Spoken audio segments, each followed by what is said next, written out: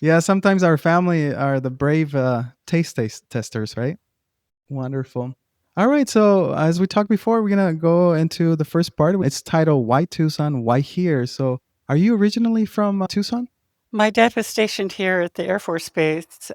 We moved here in 1972. I went to high school here and graduated, got married, moved away to California. My husband sadly was killed in an automobile accident when my Mm. kids were 6 and 8, and moved back home to Tucson where my family is. And we, twiddled my thumbs for a few years and didn't know what to do. So somebody suggested that I go to massage school because I wasn't feeling up to doing a 4-year college. And so I went to the Desert Institute of the Healing Arts. And this was, oh, when was this? A long time ago, 30 years ago. And in that school program, there was Tracy Williams, who headed up the um, physically challenged program. And I elected to take that. And so we had people volunteering that came in wheelchairs, paraplegic, quadriplegic, cerebral palsy.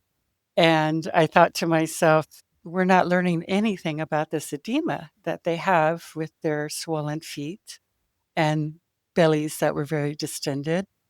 And part of that course curriculum is that we had to stand up in front of the class and give our first presentation in front of a group.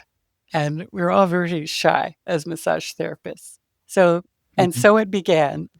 I sent off I found on the computer, which is very new back then, and the National Lymphedema Network newsletter. And Mhm. so that was part of my source document. And for lymphedema, in the newsletter was a course advertised to go to San Francisco for 3 weeks. And it was 3 weeks after I graduated. And I said, I'm going to do that. The way that they're pumping out massage therapists at the school every trimester, there's going to be eventually a massage therapist on every corner. and and I wanted to be different and not be so Absolutely. competitive. Before we get into the lymphatic system and all that, I've noticed, as I talk to different business owners here, especially in the health and wellness, that there's usually a story that with something really personal, that was like their turning point. For you, was there anything like that? Well, when I went to the studies, we learned about the lymphatic system. It was all Okay. lectures, like a secret society. Nothing was published. And we had to take notes. And I was in school for a year, so I was in study mode. And it made a lot of sense. And then when I was driving home after graduation, I'm like, oh my goodness, I just went from patients or clients to patients. And I haven't Right. even had a practice. So I had a home office over by the Plaza Palomino, Swan and Fort Lowell area. And I had I ended up getting referrals from doctors and plastic surgeons. I Okay. did a lot of door knocking. Dr. Maxwell was one of the first, and thank goodness she's still in business.